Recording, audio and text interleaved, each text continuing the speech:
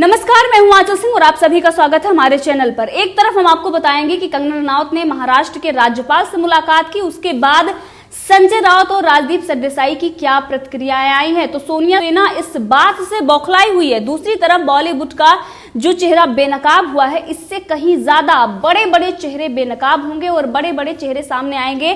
क्योंकि जो एनसीबी के हत्थे ड्रग डीलर चढ़ा है वो है केजे, और ये बड़े बड़े नामों का खुलासा करेगा और इसके साथ 6 लोगों को गिरफ्तार किया गया है एनसीबी के द्वारा। इसी के साथ कंगना रनौत को नया नोटिस मिला है बीएमसी की तरफ से उनके घर को लेकर, यानी कि अब ऑफिस के बाद उनके घर पर बीएमसी कार्रवाई करेगी और उस बिल्डिंग को अवैध बताया गया है जिसमें कंगना रनौत रहती हैं, उसको भी तोड़ने की तैयारी चल रही है। यानी कि महाराष्ट्र सरकार अभी भी कंगना रनौत के खिलाफ किस तरीके से बीएमसी का इस्तेमाल करके और मोर्चा खोली हुई है। दूसरी तरफ वो अपना पल्ला झाड़ रही है कि वो बीएमसी काम कर रही है, मैं इसमें कुछ भी नहीं कह सकती हूं। लेकिन इस पर कंगना रनौत ने कुछ दिन पहले क्या जवाब दिया था, इस पर भी बात करेंगे। लेकिन सबसे पहले बात करेंगे राजदीप सरदेसाई की। राजदीप सरदेसाई ने कंगना रनौत की उस तस्वीर पर रीट्वीट किया है जिसमें कंगना रनौत अपनी सिस्टर के साथ राज्यपाल से मुलाकात करती हैं और उसमें अपनी सुरक्षा को लेकर और बड़े बड़े खुलासे करने की बात कहती हैं। आखिर राजदीप सरदेसाई इस पर इतनी बौखलाहट क्यों दिखा रहे हैं? क्या राजदीप सरदेसाई सिर्फ जस्टिस फॉर रिया कर सकते हैं? क्या राजदीप सरदेसाई सिर्फ और सिर्फ रिया का इंटरव्यू लेने जाते हैं, वो रिया से बात कर सकते हैं, उनका पक्ष सिर्फ वो सुन सकते हैं? क्या कंगना रनौत जिनके खिलाफ बॉलीवुड माफिया, ड्रग्स माफिया और महाराष्ट्र सरकार मोर्चा खोले हुए है, किस तरीके से बदले की कार्रवाई हो रही है, क्या वो अपना पक्ष नहीं रख सकती? क्योंकि हर कोई अपना पक्ष रख सकता है, फिर राजदीप सरदेसाई इतने बौखलाए क्यों हैं? राजदीप सरदेसाई उस तस्वीर पर कमेंट करते हैं, बोलते हैं कि नाइस फोटो है, यहाँ पर उन्होंने कटाक्ष किया और इसी के साथ महाराष्ट्र की जो कोविड-19 सिचुएशन है उसको लेकर गवर्नर पर सवाल उठाए। उन्होंने कहा कि इतना ही एफर्ट उनको लगाना चाहिए, फिर इसके बाद स्थिति क्या होती है, इस पर क्वेश्चन मार्क उन्होंने लगाया हुआ है। अब राजदीप सरदेसाई ने ये कमेंट क्यों किया? क्योंकि उन्हें अपने आका को खुश करना है, क्योंकि रिया चक्रवर्ती का इंटरव्यू करने गए थे तो उन पर बीएमसी का वो नियम और रेगुलेशन लागू नहीं हुआ था जो बाकी लोगों पर लागू होता है, उनको क्वारंटाइन किया जाता है। आईपीएस अधिकारी जो गए थे बिहार से, उनको क्वारंटाइन किया गया था और कंगना रनौत को भी क्वारंटाइन करने की बात कही जा रही थी, लेकिन कंगना रनौत वहां पर गई और ऐसा कुछ नहीं हुआ क्योंकि बीएमसी ऑलरेडी घिर चुकी थी। जिस तरीके से उसने बॉम्बे हाईकोर्ट की फैसले की अवमानना की थी और इसको लेकर वो पहले से ही फंसी हुई थी, इसलिए उसने कंगना रनौत को क्वारंटाइन नहीं किया क्योंकि वो लगातार आलोचना हो रही थी बीएमसी और महाराष्ट्र सरकार की। लेकिन अब राजदीप सरदेसाई को ही आईना दिखा दिया, क्योंकि कोविड-19 को लेकर जो उन्होंने राज्यपाल से सवाल पूछे, इस पर एक आर्टिकल भी एक यूजर ने शेयर किया। उन्होंने बताया कि जिस तरीके की आप पत्रकारिता कर रहे हैं, ये पत्रकारिता शोभा नहीं देती है और जिस तरीके से आपने सवाल उठाया, इससे पहले आपको देखना चाहिए कि राज्यपाल ने कोविड-19 को लेकर मीटिंग बुलाई, महाराष्ट्र गवर्नर ने इस जो कोविड-19 और जिस तरीके से सिचुएशन है उसको लेकर उन्होंने मीटिंग बुलाई, लेकिन उसमें उद्धव ठाकरे ने वो मीटिंग अटेंड नहीं की। इसी के साथ एक यूजर ने इसके बाद ही उद्धव ठाकरे को लेकर उन्होंने निशाना साधा। उन्होंने कहा कि इसमें गवर्नर की ही गलती है, क्योंकि उनको सबसे पहले उद्धव ठाकरे का जो शेड्यूल है वो चेक कर लेना चाहिए, उसके बाद ही मीटिंग बुलानी चाहिए, क्योंकि उद्धव ठाकरे लोगों को, जो आम नागरिक हैं, जो आम जनता है, उनको अभी वो किस तरीके से प्रताड़ित करने में बिजी हुए हैं। क्योंकि आपने देखा कि नौसेना के जो पूर्व अधिकारी हैं उन पर किस तरीके से अटैक हुआ और इसी को लेकर उस यूजर ने कटाक्ष किया। इससे पहले आपने देखा कि एक मीम शेयर करने पर किस तरीके से शिवसेना अटैक करती है, बेबी पेंगुइन कहने पर जेल भेज दिया जाता है। ये सारी चीजें दिखाती है कि कितनी तानाशाही महाराष्ट्र में चल रही है। लेकिन राजदीप सरदेसाई जो निष्पक्ष पत्रकार हैं, और कितने निष्पक्ष हैं ये आप देख सकते हैं कि रिया चक्रवर्ती और उनकी 2 घंटे की जो मूवी आई थी उसमें आपने देखा था कि किस तरीके से वो निष्पक्ष हैं और किस तरीके से सवाल पूछते हैं कि सामने वाला जवाब ही नहीं दे पाता। वो जो 2 घंटे की मूवी आई थी और उसका सच भी उसके बाद सामने आया कि रिया चक्रवर्ती कितना झूठ बोल रही थी। वो ब्लड टेस्ट के लिए तैयार थी, उसमें उस वीडियो में वो कह रही थी कि मैंने कभी भी ड्रग्स का इस्तेमाल नहीं किया है। लेकिन एनसीबी की जो चैट मिली उस पर राजदीप सरदेसाई ने क्रॉस क्वेश्चन नहीं पूछा और ये नहीं पूछा कि वो जो चैट सामने आई है आखिर वो चैट किसकी, अगर आप नहीं ले रही तो इस तरीके से जो खरीदने की बात हो रही थी, जो बड़े बड़े और जो ड्रग्स डीलर्स हैं उनसे जिस तरीके से आपकी बात हो रही थी, और वो तो सुशांत सिंह राजपूत को जानते भी नहीं थे, वहां पर इन्होंने ये सवाल नहीं पूछा क्योंकि रिया चक्रवर्ती और इनका फिक्स इंटरव्यू था। आज वो कंगना रनौत को लेकर सवाल खड़े कर रहे हैं, तो सवाल इन पर भी खड़े होते हैं क्योंकि ये इस तरीके से बौखला जाते हैं। कोई भी अगर सोनिया गांधी या उनके विचारधारा के लोगों को अगर कोई कुछ बोल देता है या उनके बारे में अगर कोई कार्रवाई होती है या उनका सच सामने आता है, उनका भांडाफोड़ करने की कोई कोशिश करता है, तो इसी तरीके से जो कांग्रेस की बी टीम है वो इस बात को लेकर बौखला जाती है। क्योंकि ये बी टीम इसलिए कहेंगे क्योंकि ये सारे पत्रकार हैं जो समय समय पर सोनिया गांधी और उनके जो समर्थक हैं उनको किस तरीके से बचाते हैं और लोकतंत्र और संविधान की दुहाई देते हैं। लेकिन महाराष्ट्र में इन्होंने आवाज नहीं उठाई, ना ही उद्धव ठाकरे का ये इंटरव्यू करने गए, ना ही इन्होंने उद्धव ठाकरे से सवाल पूछा कि आप इस तरीके से क्यों महाराष्ट्र में कर रहे हैं कि जनता त्राही त्राही कर रही है, जो वहां की आम जनता है वो परेशान है कोरोना वायरस से, और किस तरीके से सरकार कंगना रनावत के खिलाफ लड़ाई लड़ रही है, कंगना रनावत का घर तोड़ रही है, बाकी जो और अवैध बिल्डिंगें हैं उस पर कार्रवाई नहीं हुई है। क्योंकि इसी के चलते आपने देखा कि बीएमसी ने दूसरा नोटिस कंगना रनावत को थमा दिया है और अब इस बिल्डिंग को भी अवैध बताकर तोड़ने की तैयारी चल रही है। और मुंबई में जो कंगना का घर है, खार में जो स्थित है उनका घर, उसके अंदर किए गए अवैध निर्माण को लेकर यह नोटिस कंगना रनावत को भेजा गया है। बीएमसी का यह कहना है कि कंगना के घर में उनके दफ्तर से भी ज्यादा नियमों का उल्लंघन करते हुए अवैध निर्माण कराया गया है। और इससे पहले कंगना रनावत ने पाली हिल दफ्तर में किए गए अवैध निर्माण को लेकर बीएमसी ने जो कार्रवाई की है, उस पर बुलडोजर चलाया है, वो आप सबको पता है कि किस तरीके से कोर्ट का जो आदेश था उसका भी पालन नहीं हुआ था। और अब कंगना रनावत का जो मुंबई खार वेस्ट स्थित डीबी ब्रिज, आर्किड ब्रिज के 16 नंबर रोड पर बनी एक इमारत की 5वीं मंजिल में रहती हैं, उसको तोड़ने की अब तैयारी चल रही है। और अगर बात करें, इससे पहले भी कंगना रनावत ने बोला था कि ये बिल्डिंग उन्होंने शरद पवार के जो पार्टनर हैं उनसे उन्होंने खरीदी है और इसमें उनकी जवाबदेही है, मेरी कोई जवाबदेही नहीं है। दूसरी तरफ अगर बात करें तो रकुल प्रीत और सारा अली खान और इसके साथ ही मुकेश छाबड़ा और कई ऐसे जो बॉलीवुड के कलाकार हैं उनके नाम सामने आए हैं। लेकिन अब जो एनसीबी के हत्थे चढ़ा है ड्रग डीलर केजे, वो बॉलीवुड के बड़े बड़े सुपरस्टार का नाम खोलेगा, क्योंकि लगातार एनसीबी इसमें गिरफ्तारी कर रही है, लगातार छापेमारी की जा रही है और यहां तक कि नहीं 500 ग्राम गांजा भी बरामद किया गया है इस छापेमारी में। तो जिस तरीके से एनसीबी लगातार छापेमारी कर रही है, लगातार गिरफ्तारी कर रही है और बड़े बड़े लोगों के नाम सामने आ रहे हैं, लेकिन सवाल यह है कि अब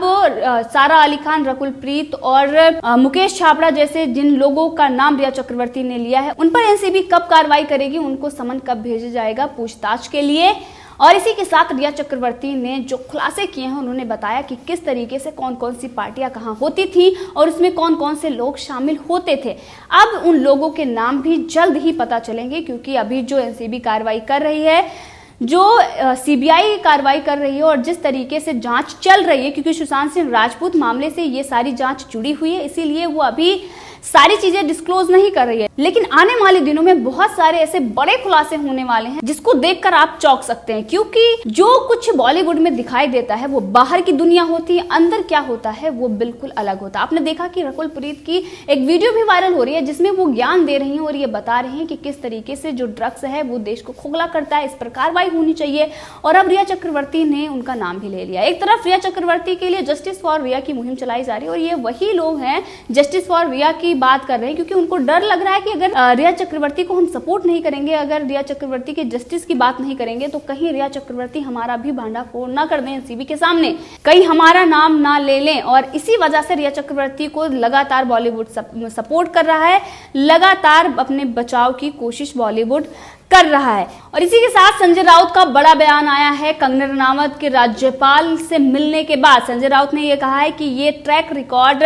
आप रखिए। जब पत्रकार ने उनसे सवाल ये पूछा कि कंगना रनावत आज गवर्नर से मिली हैं, आप इस पर क्या कहेंगे, उन्होंने कहा ये ट्रैक रिकॉर्ड आप रखिए, हमें इसे रखने की कोई आवश्यकता नहीं है। देश में और भी बहुत सारे प्रश्न हैं, उनके ऊपर बात करना जरूरी है। चीन के बॉर्डर से कोरोना तक, महंगाई से लेकर बेरोजगारी तक सभी प्रश्न इंपॉर्टेंट है। एक व्यक्ति यहाँ वहां घूमती है, कहाँ जाती है, उसका ट्रैक रिकॉर्ड रखना हमारा काम नहीं है। लेकिन यही संजय राउत हैं जिनको बड़े बड़े जो मुद्दे हैं उस पर उनकी जो सरकार है वो नाकाम है, उस पर कार्रवाई नहीं कर रही है, बल्कि कंगना रनावत का घर तोड़ने चली जाती है। ये वही संजय राउत हैं जिन्होंने दाऊद और तमाम ऐसी अवैध बिल्डिंगें हैं जो महाराष्ट्र में, उस पर कार्रवाई नहीं की, बल्कि कंगना रनावत पर कार्रवाई की। इतने सारे मुद्दे हैं, उस पर बोलने के बजाय इन्होंने कंगना रनावत को गाली दी और किस तरीके से उनका अपमान किया। तो इससे ये दिखाई देता है कि संजय राउत, अब उनको ये लग रहा है कि जब आलोचना हो रही है इस बात को लेकर और वो राज्यपाल से मिलने गई हैं, सरकार की मुश्किलें बढ़ चुकी हैं, तब वो ये कह रहे हैं कि मैं इसका रिकॉर्ड नहीं रखना चाहता। इससे पहले भी उन्होंने कहा कि कंगना रनावत से मेरा कोई लेना देना नहीं नहीं है, लेकिन किस तरीके से कंगना रनौत को लेकर उन्होंने जो टिप्पणी की और उसके बाद पूरे मामले में जो ये मामला बढ़ा है, ये सिर्फ और सिर्फ संजय राउत की वजह से ही बढ़ा है। इस पूरे मामले की मुख्य जड़ कोई है तो वो संजय राउत ही है, क्योंकि जैसे ही कंगना रनौत ने अपना इंटरव्यू दिया था रिपब्लिक भारत को, उसके बाद से ही संजय राउत इस बारे में टिप्पणी कर रहे थे और कहीं ना कहीं वो सुशांत सिंह राजपूत मामले को डाइवर्ट करने की कोशिश कर रहे थे। इसी के साथ संजय राउत से जब ये सवाल पूछा गया कि जो मुंबई में बीएमसी ने कंगना रनौत का ऑफिस तोड़ा है उसके बारे में क्या कहेंगे, तो उन्होंने कहा कि ये मुझे मालूम नहीं है। महाराष्ट्र में हमारी सरकार 5 साल तक चलेगी। आप कितनी भी कोशिश कीजिए, आप हमारी सरकार पर कितने भी झूठे इल्जाम लगाएं, आप राज्य को बदनाम करने की कितनी भी साजिश रचिए, आप मुंबई पुलिस को कितना भी बदनाम करिए, सिस्टम को बदनाम करिए, उद्धव ठाकरे के खिलाफ आप जितनी भी बात बोलते हो या भी वो भी करिए, लेकिन महाराष्ट्र की जनता 5 साल में इन बातों का जवाब देगी। बिल्कुल जो संजय राउत ने कहा बिल्कुल सही कहा, क्योंकि जिस तरीके की अव्यवस्था महाराष्ट्र में है, जनता 5 साल बाद जवाब देगी और सबक सिखाएगी संजय राउत को और उद्धव ठाकरे को भी, क्योंकि जो उन्होंने कहा है कि मुंबई पुलिस को बदनाम की, मुंबई पुलिस को किसने बदनाम किया? मुंबई पुलिस खुद अपने आप को बदनाम कर रही है, चाहे वो पालघर की घटना हो या अर्नब गोस्वामीपुर जो हमला हुआ या फिर पत्रकार को जेल में डालने की बात रही हो या सुशांत सिंह राजपूत मामले में एक भी गिरफ्तारी ना होना, एक भी एफआईआर दर्ज ना होना, ये सारी चीजें दिखाती हैं कि सुशांत सिंह राजपूत के पिता से किस तरीके से गलत बयान पर साइन करवाना, ये सारी चीजें मुंबई पुलिस पर सवाल उठाती हैं और महाराष्ट्र सरकार पर भी सवाल उठाती हैं, जो कोरोना से लड़ने के बजाय वो कंगना रनौत से लड़ रहे हैं, क्योंकि महाराष्ट्र सरकार की जो कमियां हैं उसी के चलते जनता उनसे सवाल पूछ रही है। ये कोई और नहीं है जो लगातार उद्धव ठाकरे की आलोचना कर रहे हैं, ये जनता ही है और इसको संजय राउत को समझना चाहिए और वो समझ भी चुके हैं, क्योंकि वो ये कह रहे हैं कि जो रिपोर्टर की गिरफ्तारी हुई है, जो फार्म हाउस पर गए थे, छानबीन कर रहे थे, जो ये पता लगा रहे थे कि किस तरीके से ये फार्म हाउस किसका है, यहाँ पर कौन कौन आता जाता है, किस तरीके से यहाँ पर पार्टियां होती हैं और उससे बहुत कुछ खुलासा भी हो सकता है, इसीलिए वहां पर उस पत्रकार को गिरफ्तार कर लिया गया। और इस मामले में संजय राउत कह रहे हैं कि मैं मुंबई में नहीं हूं, मुझे मालूम नहीं है, उस बारे में मुझे कोई जानकारी नहीं है। यानी कि संजय राउत ने यह साफ कर दिया कि उनको इस बारे में जानकारी नहीं है। और आपने देखा होगा राजनीति में सबसे बड़ा और सटीक आंसर अगर किसी को जब देना होता तो वे कहते हैं कि मुझे इससे कोई लेना देना नहीं है, मुझे इस बारे में कोई जानकारी नहीं है। जानकारी सब है जब जनता समझ चुकी है। और आपके राज्य में अगर कोई पुलिस किसी को गिरफ्तार करती है, आपके पास जानकारी नहीं जाती, ऐसा हो ही नहीं सकता। आपके बिना इशारे के पुलिस किसी को गिरफ्तार कर ले, ये हो ही नहीं सकता, क्योंकि गृह मंत्री इस पर लगातार बयान दे चुके हैं। गृह मंत्री और आपकी मीटिंग भी हुई है इस बारे में, सब कुछ आपके जानकारी में है। शरद पवार ने खुद फोन किया था रिपब्लिक भारत को लेकर, अर्नब गोस्वामी को लेकर, तो ये सारी चीजें आपकी जानकारी के चलते हो रही हैं। और जो कानून व्यवस्था है, जो ड्रग्स एंगल निकल कर आ रहा है, उसके लिए वो ये कह रहे हैं कि महाराष्ट्र से शुरुआत हुई एनसीबी की और वो दिल्ली तक जाएंगे, इसकी अब छानबीन करेंगे। क्या आपने पहले नहीं की? सुशांत सिंह राजपूत की जब हत्या की गई उसके बाद आपने तो आत्महत्या बता दिया था, वहां पर तो आपने क्लीन चिट दे दिया उन लोगों को जो इसमें दोषी हैं। ये सारी चीजें अब जनता समझ चुकी है। जो इस पर बौखलाए हुए हैं, राजदीप सरदेसाई हो या फिर संजय राउत हो या अब जो बॉलीवुड के बड़े बड़े नाम सामने आने वाले हैं, अब सब बेनकाब होंगे इस पर। महाराष्ट्र सरकार बेनकाब हो गई है और इसमें बहुत सारे ऐसे पत्रकार भी हैं और चैनल भी हैं जो इसके चलते बेनकाब हुए हैं और जनता उनको लगातार दिखा भी रही है कि उनकी सही जगह क्या है, क्योंकि आप टीआरपी उठाकर देख लीजिए। और इसी के साथ अब बॉलीवुड के बड़े बड़े स्टार के भी दिन सामने आने वाले हैं, क्योंकि जिस तरीके से सड़क 2 का हाल हुआ, खाली पीली का हाल हुआ, अब आने वाले दिन में ऐसे ही इन लोगों की फिल्मों के साथ ही होगा, क्योंकि इनका जो नकाब था, जो ये ओढ़कर सामने आते थे, अब वो उठ चुका है। अब पूरी दुनिया इनका जो असली चेहरा है वो देख चुकी है और इसीलिए इन लोगों को समझ भी चुकी है, जो ये कैमरे पर आके जो झूठ बोलते हैं, इसके पीछे की क्या सच्चाई है, ये जनता समझ चुकी है। तो इस मुद्दे पर आप भी अपनी राय रख सकते हैं, कमेंट करके जरूर बताएं। अगर आपने अभी तक चैनल को सब्सक्राइब नहीं किया है तो कर लें, ताकि हर अपडेट आप तक पहुंचती रहे।